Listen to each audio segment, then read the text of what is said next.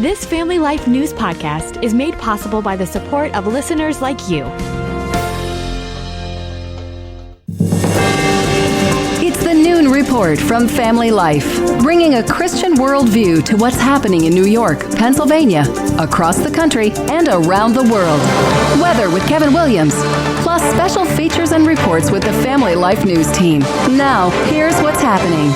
Show of force. Good afternoon. Welcome to the broadcast. President Trump is ramping up his crime crackdown. He's now threatening to deploy troops to other major cities beyond the nation's capital. National Guard troops in the District of Columbia are now authorized to carry firearms. And this D.C. resident likes the sound of that. I mean, if you got the National Guard right there, are you going to rob somebody right there in front of the National Guards? No, you're not. The president may deploy federal troops to cities like Chicago, New York, and Baltimore. Our coverage continues with correspondent Gabe Gutierrez. It's shaping up to be another major test of presidential powers. President Trump has less ability to take over domestic law enforcement in cities other than Washington, D.C., but his administration is making it clear that it plans to take on Democratic mayors and governors nationwide. Up to 1,700 Guard troops will deploy in 19 states to assist DHS with immigration enforcement. The brave men and women who signed up to serve our country did not sign up to occupy American cities. More than 900 arrests have been made in Washington, D.C. alone since the federal crime crackdown began in early August. The poster child for the federal crackdown on illegal immigration surrendered this morning to ICE agents at a detention facility in Baltimore. He's 29-year-old Kilmar Abrego Garcia, a native of El Salvador, in the country illegally. The Trump administration thinks this guy has ties to a notorious gang. Garcia was recently jailed in Tennessee on human smuggling charges. He could be deported to Africa. Russian attacks are still raging in war-torn Ukraine. The latest from reporter Chris Livesay. Russia has launched one of its most intense barrages in months. Ukraine says several Russian cruise missiles slammed into an American-owned factory that made coffee machines. 15 people were reported injured. But Ukraine keeps fighting back.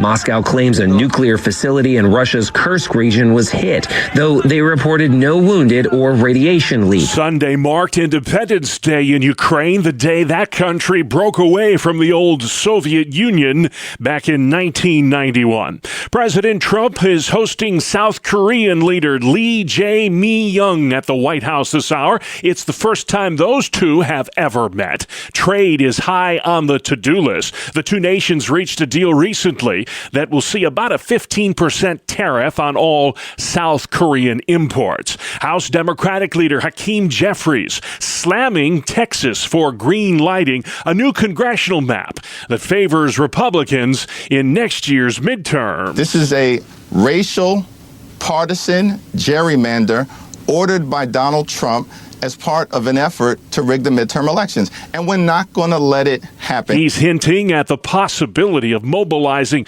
redistricting efforts in Democrat-led states. We will continue to respond when necessary across the country. Right now, this has happened in Texas.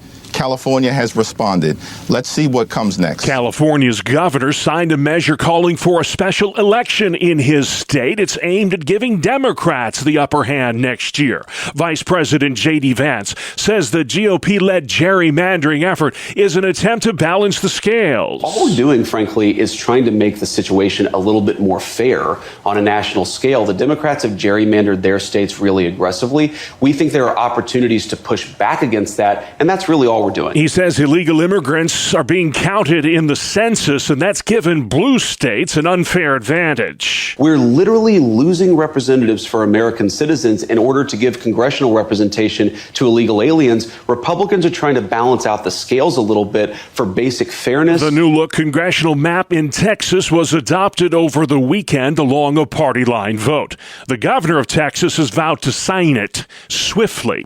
Taiwan, the winner of this year's Little League World Series in Williamsport, Pennsylvania. The team from Taipei defeated the boys from Las Vegas to win their first championship in 29 years. It's the first time an international team has won the Little League World Series since 2018. And still to come on the Noon Report, what caused the tour bus crash? More on the legacy of the late James Dobson and a big win for religious freedom at school. This is meteorologist Ken McKinley. Temperatures cool through the afternoon, just barely into the 70s in most spots. Some spots staying just a bit below 70. There will be some clouds at times and a couple of showers, maybe a thunder shower in a couple of spots. Widespread heavy precipitation, though, is not likely. Full forecast details coming your way in about 10 minutes. All right, Ken, we'll see you then. No injuries reported after violent storms ripped through the New York State Fairgrounds last night. What a scene that was in Syracuse. Heavy rain and strong winds closing down the festivities for a while. The storm even collapsed a jumbotron at the state police exhibit, causing about $100,000 in damage. A concert was delayed, but then the clouds parted and the rain stopped, and as they say, the show went on. These fairgoers say it was a frightening scene for a while. However, it was pretty scary. I told my daughter, who was 18 years old, I go, run to the building, run. Staff was stating, take shelter as soon as possible, and you kind of realize everybody was running towards the shelter. National Grid says about 1,000 people near the fairgrounds lost power at the height of the storm. Pennsylvania recorded its most power outages in decades last year. The State Utility Commission says there were more than 70 outage events in 2024, and that represents the most in any year the past 30 years. The PUC warns an aging power grid will likely mean even more of these kinds of outages in the future. The National Transportation Safety Board says a 55-year-old driver is the focus of their probe into Friday's deadly tour bus crash on the New York State Thruway in Pembroke. The NTSB will look into whether fatigue or distraction contributed to the crash. They've recently ruled out drugs, alcohol, or mechanical failure. The NTSB's Thomas Chapman. Our mission is to understand not just what happened, but why it happened, and to recommend changes to prevent it from happening again. So far, the 55-year-old driver is cooperating with police. Authorities believe he became distracted, lost control, and then overcorrected the bus before it went into a ditch and flipped over. First responders say it could have been much worse. Ed Millaham is the assistant chief for the Pembroke Fire Department. I've been an EMT since 83, and I was a police officer for 32 years, and I've never come across anything like what we had Friday afternoon. David Olson with the Indian Falls Fire Department helped rescue a woman who got trapped under a wheel when the bus turned over. She was able to say thank you, and that was something that I think everybody enjoyed hearing. He tells WIVB he's not a hero despite what he did. Hero? Nah, it's just a guy trying to help, and there were a lot of us. And that's what it takes. Olson says a Herculean rescue effort in the moments after that crash saved countless lives. Crews from all over. I mean, they were there from miles away. Showing up to help. The cooperation and the help was amazing. Just completely blew me away more than anything I'd ever seen. But with an aging population of volunteer firefighters in rural areas, especially like Pembroke, Olson fears that in a few short years, help like this won't be available. He says in moments like what happened Friday, every second counts. You want to make the world a better place, you need to step up and take ownership of it and, be a part of it and be a part of something bigger than yourself. There were hundreds of people that believe that same thing there that day. They're out there, and we need more. 5 were killed in the Friday crash, including a tourist from India, 3 New Jersey residents, and a 22-year-old college student from China. As the upcoming school year approaches, the issue of student mental health is once again in the spotlight. 85% of people, according to a new survey, say they support equipping schools with the ability to connect students with mental health professionals. Raleigh Andrews with the American Psychiatric Association says in an ideal world, the bus driver is equipped if they notice something on the bus. that the crossing guard can be aware if they notice something across the street, that our coaches have the information and the tools they need to deal with our students. Less than half of those surveyed by the APA say schools have the resources they need to address mental health issues in students. School starts next week in New York. It's already underway in many parts of Pennsylvania. A victory for religious freedom at a high school in western New York. Grand Island High School has now backed down after facing a legal threat. It says it will now allow a Christian student to decorate her paid parking spot with Bible verses. Every fall, the Buffalo Area District allows seniors to pay $50 so they can decorate their parking spaces with artwork that's meant to promote school spirit. But when Sabrina Steffens wanted to adorn her parking spot with Bible verses, the school said no. And that's when First Liberty stepped in and threatened a lawsuit.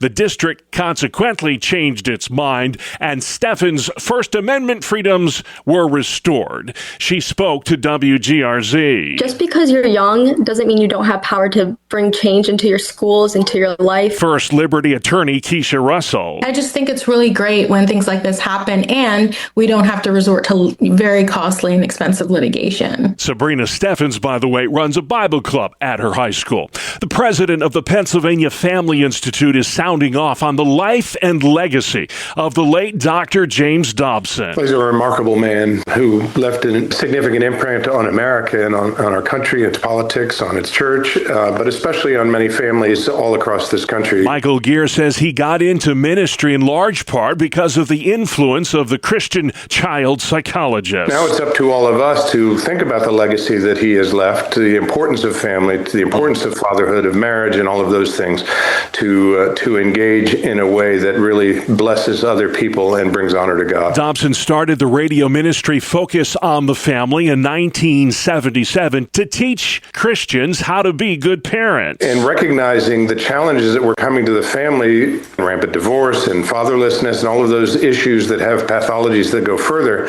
Focus on the Family and Dr. Dobson really sought to address those in a variety of different ways, most notably bringing the gospel into the households through the Focus on the Family broadcast. Gear says Dobson became a force in the 1980s by promoting Christian ideals in American politics. He really realized that public policy was significant and important to engage for Christians and those of faith to engage in the public policy realm. Gear says Dobson was probably best known for bringing a biblical worldview into the political mainstream. He was a major mover in getting Protestant churches, especially in evangelical churches, to look at the issue of abortion in a way that they had not before, and sort of to follow the lead of the Catholic Church in taking a stand for the sanctity of life from conception until natural death. Dr. Dobson died last week at the age of 89. Sports is next. It's the 2-minute drill on the Family Life Noon Report. Good afternoon, I'm Randy Snavely. Bob, the Yankees avoided being swept by the Red Sox after a 7-2 victory. The Bronx Bombers at it again as two of their bashers hit 2 home runs apiece. Trent Grisham had 2 solo shots. Jazz Chisholm Jr. went deep with 2 2-run home runs. The Yankees win snaps a Boston 3-game winning streak.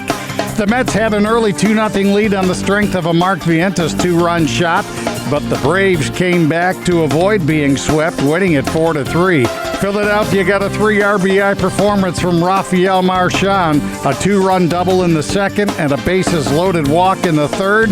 That provided all the offense Ranger Suarez would need. He struck out a career-high 11 batters over 7 shutout innings. The Phillies then held on for a 3-2 win over the Nationals. Paul Skeens is a stud. The Pirates ace allowed only 3 hits. He struck out 7 over 7 shutout innings. Skeens is 2.02 ERA through his first 50 starts, the second lowest in Major League Baseball history. Vida Blue of the A's had a 2.01 mark. The Pirates have now won 4 straight after their 4-0 victory over Colorado.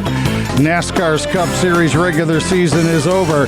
Ryan Blaney won at Daytona to secure the number 4 spot in the field of 16 when the playoffs begin on Sunday. And finally this, we don't talk much about golf, but we've got to say congratulations to Tommy Fleetwood. After 30 top 5 finishes on the PGA Tour, he got his first victory yesterday, winning the FedEx Cup at 18 under par. That is the look at sports. All right, Randy, man, thank you kindly. And still to come on the Noon Report for Monday, expanding the crime crackdown, a mixed martial arts ministry, and Ken McKinley calling for cooler weather to end August. Welcome to Breakpoint, a daily look at an ever-changing culture through the lens of unchanging truth. For the Colson Center, I'm John Stonestreet. Well, thanks to new technology from Neuralink, a woman that was fully paralyzed for over 20 years can now write her name. Through a quarter-sized chip called the Link that was surgically implanted in her brain, Audrey Cruz can now control a computer cursor using only her mind. According to Elon Musk, who founded the company Neuralink, helping individuals with paralysis is just the beginning. He predicts that one day the blind will be able to see and the mute to communicate. And therein lies the challenge of our emerging technologies. What's promised, especially through advances in medical technology, is simply astounding and nearly irresistible. And of course, we have very good reason to believe in those promises. After all, advances in medical technology have basically eradicated plagues and ailments that were once common. Back in the 1950s, polio cases ran into the tens of thousands. Today, it's virtually non-existent. Before 1981, very little could be done for a baby in utero, but today, full surgeries are performed on babies in the womb, and many other technologies make it possible to save newborns that in earlier times would have almost certainly died. And yet these promises are not without peril. We cannot view gene editing technologies like CRISPR or artificial reproductive technologies like IVF or even smartphones with mere indifference. When our technologies outpace our ethics, what we can do becomes what we should do, and anything new becomes automatically good. And we ought not underestimate our human ability to invent new things.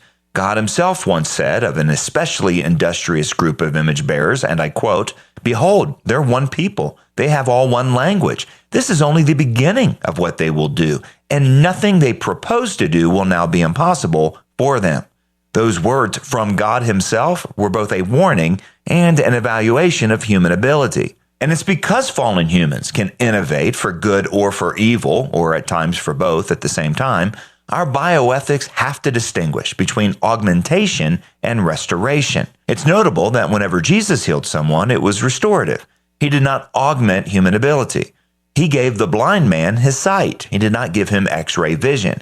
He healed the legs of the lame. He did not give the lame wings. Restoration is what happened to Audrey Cruz. A neural implant restored an ability that was lost.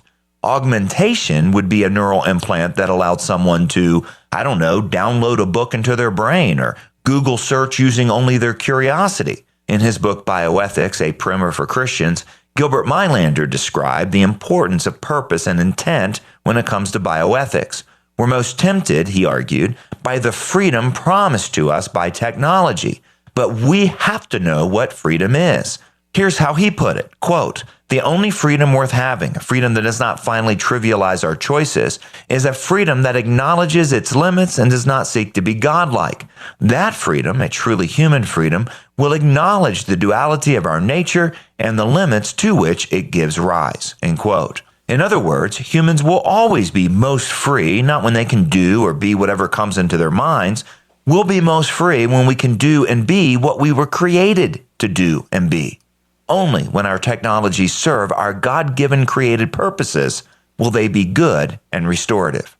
For the Colson Center, I'm John Stonestreet with Breakpoint. Thank you very much, John. Outside we go, Ken McKinley. Good afternoon. It'll be a little bit unsettled this afternoon. A couple of showers in some spots, maybe even a thunder shower. The thing most folks will notice, though, the cooler temperatures compared to the last few days. And that trend will continue as we continue on through this week. We'll see a bit more in the way of sunshine tomorrow, although still a couple of showers possible, mainly near the lakes. Actually, a bit of a lake effect situation setting up for precipitation, not unlike the wintertime situation, except not as cold. We'll see a little bit more sunshine on Wednesday. Then Thursday, another cold front will come through, producing some afternoon showers, maybe a couple of thunder showers.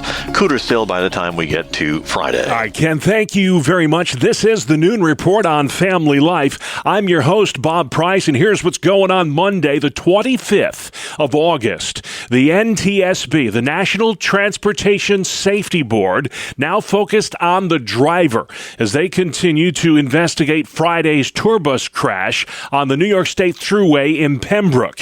5 were killed when that bus rolled over. Investigators say the driver became distracted, lost control, and then overcorrected the vehicle.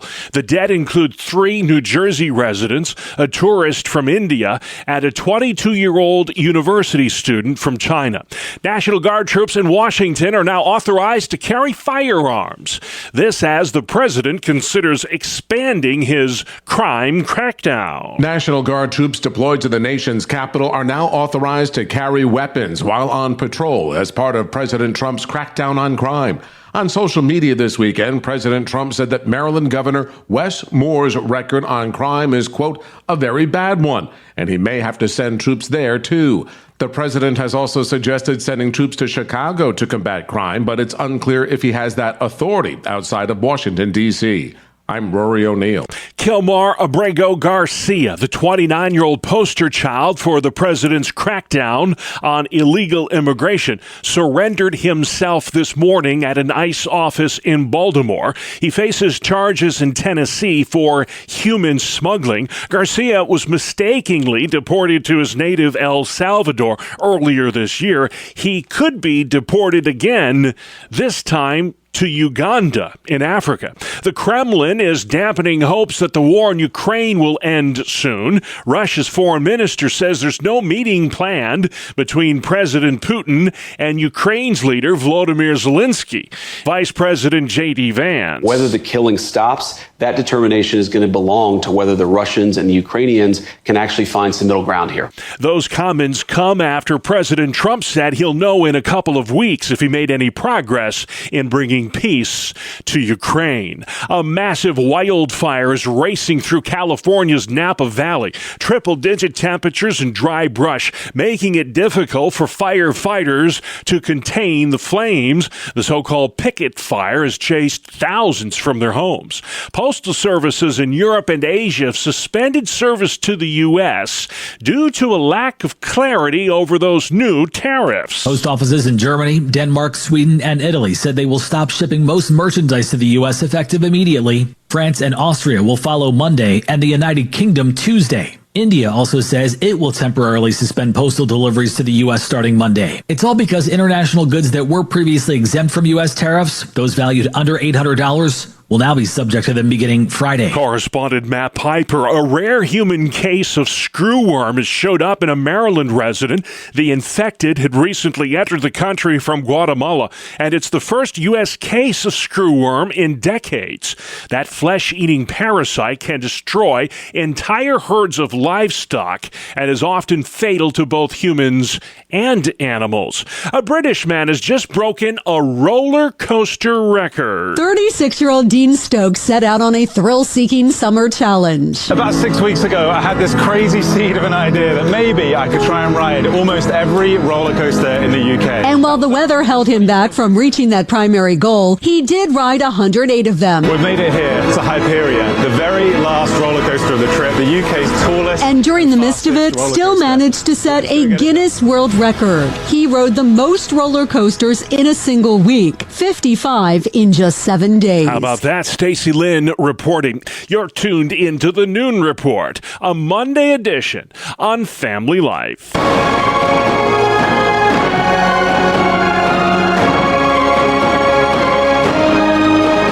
This is Mission Pulse on Family Life. Mondays during the Noon Report.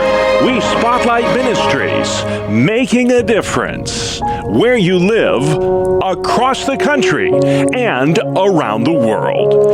This week, we're spotlighting Bob Dolman with the Warriors of the Sword. That's a mixed martial arts ministry in Western New York. Here's some of our conversation. The Warriors of the Sword started with evangelistic karate demonstrations in the late 1960s.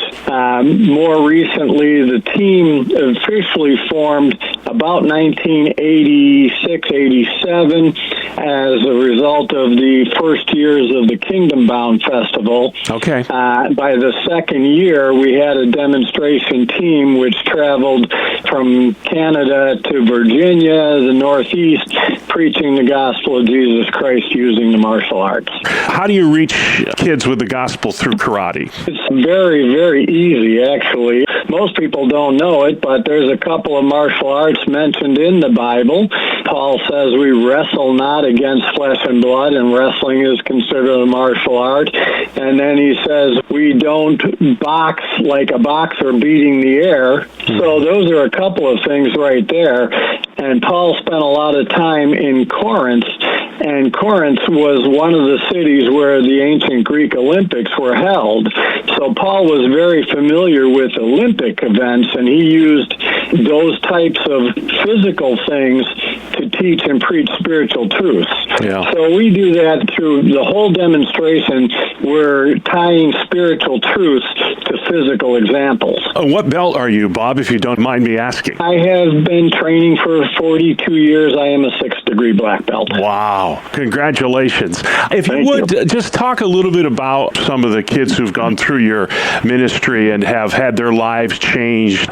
Anything that you'd like to share as far as the impact that your ministry has had on kids?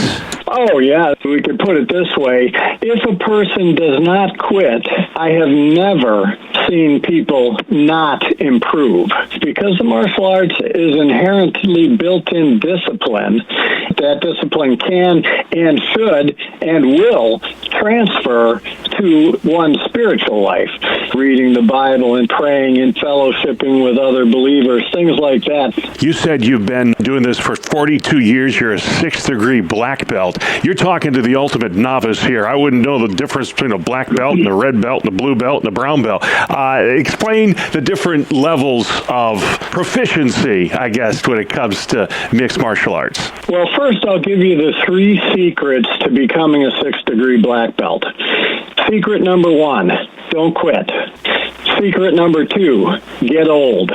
Secret number 3, train hard. That's all there is to it. The difference between a white belt and a 6th degree black belt or any level black belt is nothing but a matter of time and effort. If you do something diligently for 40 years, you ought to get good at it. Yeah. So choose wisely what you're going to diligently put your effort into. That's awesome. Now, you said you were doing these demonstrations at Kingdom Bound. Are you still doing this sort of evangelism, these mixed martial arts demonstrations? Yes, we still have an ongoing program.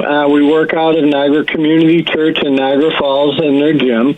So right now we have classes that are going on Thursday evenings, and we have a pretty good-sized group of young people. So yes, we're still doing evangelism. The karate, the mixed martial arts, that's the bait to get kids to stick around and hear the gospel. It's wonderful what you're doing. I know mixed martial arts is so incredibly popular right now. You know, my degree of knowledge is from Bruce Lee and Jackie Chan movies and watching The Karate Kid. I'm sure it's a lot different than the movies in real life, isn't it? Yeah, for sure. I mean, I jokingly kind of say that I got into it from watching late-night kung fu theater, and I wanted to learn how to jump 22 feet in the air backwards and land on a roof.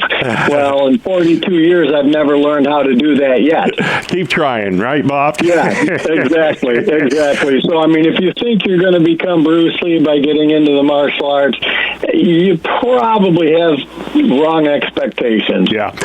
And again, Bob, we thank you so much for your ministry that you have there in Western New York. Is there a website if folks want to learn more about the many different facets of ministry you're involved in? Yeah, I'll direct to 2 websites. The parent ministry is Christ Life, and that's christlife.online.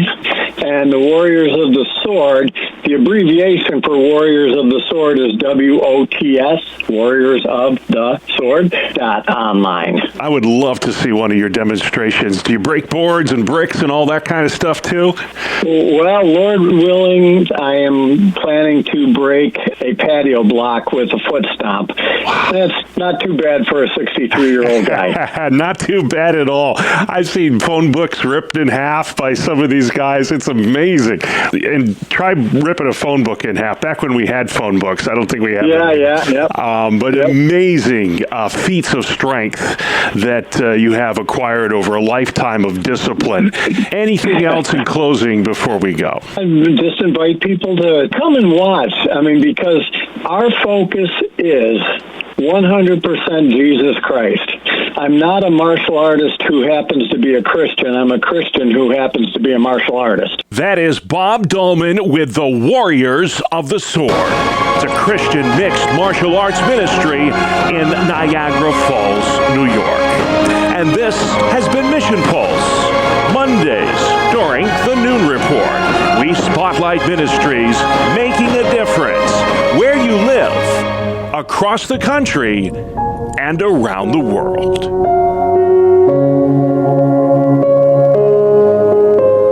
And you can subscribe, listen to, and share all our Mission Pulse feature reports online anytime at Apple Podcasts, Spotify, YouTube, or our website, familylife.org. Good afternoon. It'll be a little bit unsettled this afternoon. A couple of showers in some spots, maybe even a thunder shower. The thing most folks will notice, though, the cooler temperatures compared to the last few days.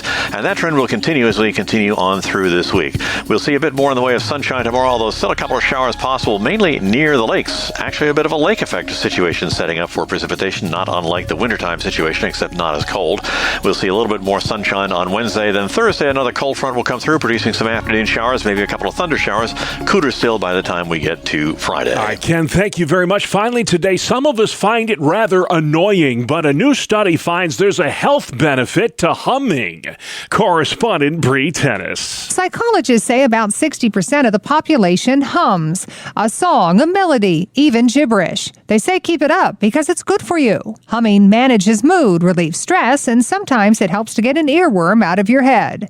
It has health benefits too: improved breathing, lower blood pressure. It's not addictive, fat-free, and if you hear someone humming, you'll most likely join in. So it's kind of social. I'm Bree Tennis. All right, Bree, always looking at the upside of things. And that's our world, the world we live in. Monday, August 25th. I'm Bob Price. Family Life News. You've been listening to the Noon Report, heard weekdays on Family Life. Thank you for listening.